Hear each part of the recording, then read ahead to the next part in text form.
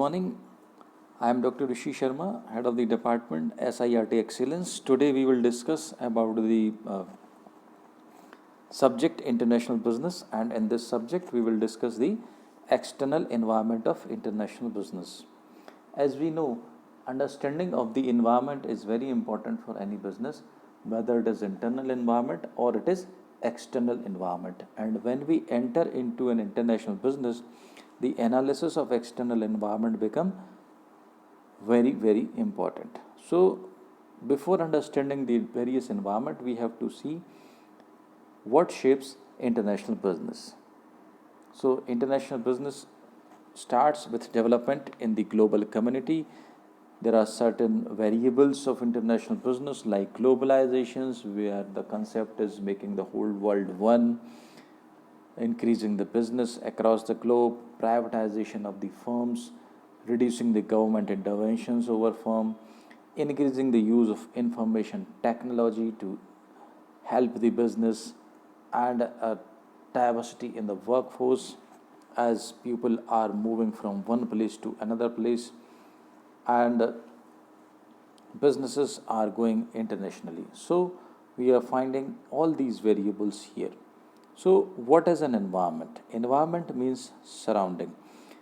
International business environment means the factors, activities, those surrounds and circles the international business. Some of the major factors are political environment, social environment, cultural environment, and economic environment. So we will discuss these major factors one by one. The whole international business environment can be divided into two parts. One may be the internal environment, another may be the external environment. The external environment can be divided into two parts: external micro environment and external macro environment. Today we will discuss about the external macro environment, like social cultural environment, economic, political, technological, natural factors, etc.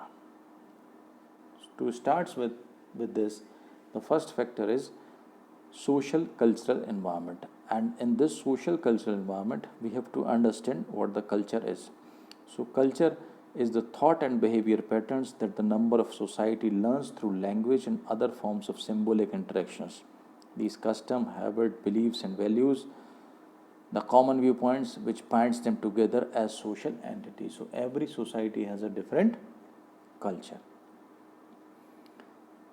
In international business, the worst trap is to assume that the person from the other culture will think and behave as you do. So the companies have to understand that there are cultural differences across the world, and they should not think that the other countries' people will think in the same direction as they are thinking. So this is the worst trap which should not be there.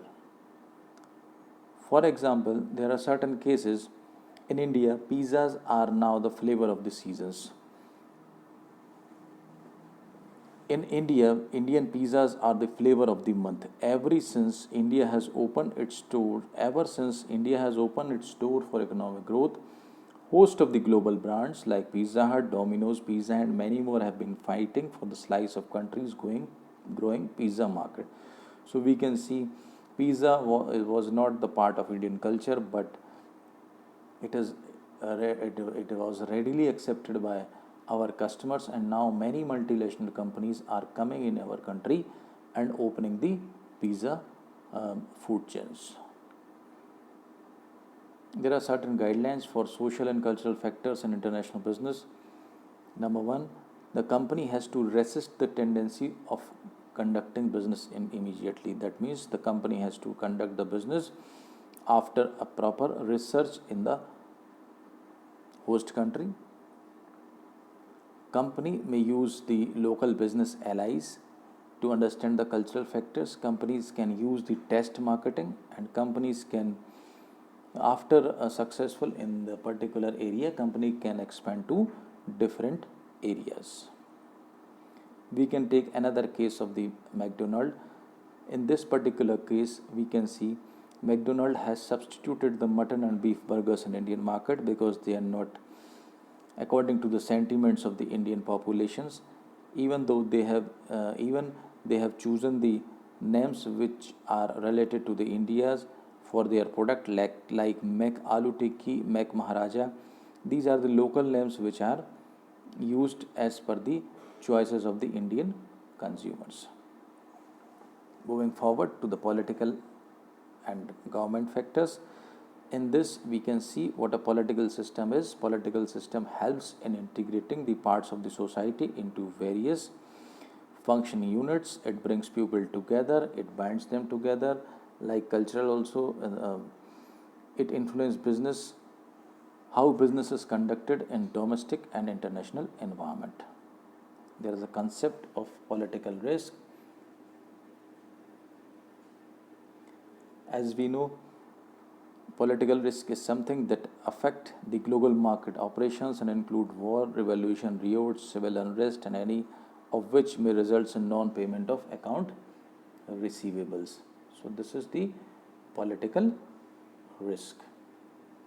So companies has to understand the concept of political risk, and they have to change their business practices according to the political environment of the country.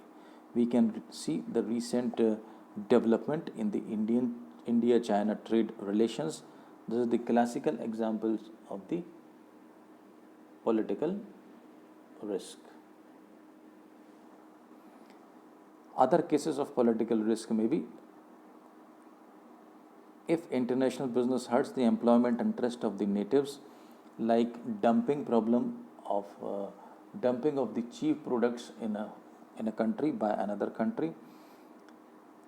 Another may be the problem with the products, like we can see the examples where there was a problem in a particular brand like Coca-Cola and Pepsi for report against these brands using of some chemicals. Later on the issue resolved, but there was a temporary harm to the image of these brands. Some of these steps which should be followed by understanding the political environment. Number one, companies have to understand the problems, that what are the local environmental standards, what are the trade barriers, and what are the tariffs in the local country. Companies have to understand and identify the political aspects and have to understand the government concern over the issues. Companies has to understand the competition and action by the government, the different political pressure and lobbying. So these factors have to understand by the managers in the international business. Moving forward to the economic environment. The economic environment of various countries are mostly and directly influence the international business. The global economy has changed in past 50-60 years, and there were emergence of the international institutions like WTO, etc., which have changed the way international business is done. So what changes happened? There was capital flow instead of trade and product flow across the world. That means there is investment, foreign direct investment by the countries across the world. That means local employment is generated.